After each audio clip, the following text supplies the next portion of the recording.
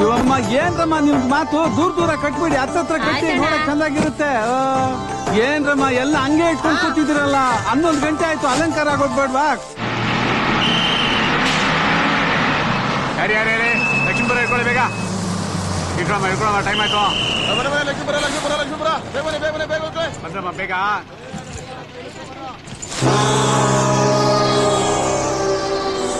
ಅಕ್ಕ, ಸೌಂದರ್ಯ ಹೆಂಗಿದ್ಯಮ್ಮ?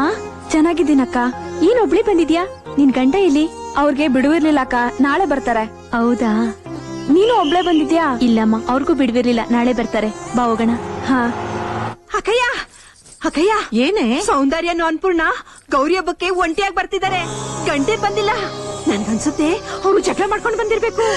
ನಾನು ಅವತ್ತೇ ಹೇಳಿಲ್ವಾ, ಅವು ನೆಟ್ಟಿಗೆ ಗಂಡನ ಮನೆಯಲ್ಲಿ 6 ತಿಂಗಳು ಸಂಸಾರ ಮಾಡದೆ ತವ್ರ ಮನೆಗೆ ಓಡ್ ಬರ್ತೇವೆ ಅಂತ.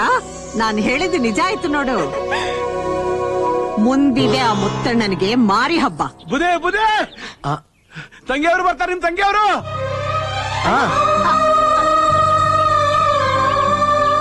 ಅಣ್ಣ. ಅನ್ಪೂರ್ಣ, ಸೌಂದರ್ಯ, ಯಾಕಮ್ಮ ನೀವ್ ಒಬ್ರೇ ಬಂದಿದ್ದೀರಾ? ಯಜಮಾನ ಬಂದಿಲ್ವಾ? ಇಲ್ಲ ಅಣ್ಣ, ಅವತ್ತೇ ಹೇಳಿದ್ರಲ್ಲ, ಅವ್ರಿಗೆ ತುಂಬಾ ಕೆಲ್ಸ. ನಾಳೆ ಪೂಜೆ ಹೊತ್ತಿಗೆ ಬಂದ್ಬಿಡ್ತಾರೆ. ನಮ್ ಯಜಮಾನ್ರು ಬಂದ್ಬಿಡ್ತಾರಣ್ಣ. ಎಲ್ರೂ ಜೊತೆಲೆ ಬಂದಿದ್ರೆ ಎಷ್ಟ್ ಚೆನ್ನಾಗಿರ್ತಿತ್ತು. ಯಾಕಂದ್ರೆ ಅಕ್ಕ, ಪದ್ಮ, ಚೆನ್ನಾಗಿದ್ದೀರಾ? ಚೆನ್ನಾಗಿದ್ದೀವಿ, ಬನ್ನಿ. ಓಂ ಗೌರಿ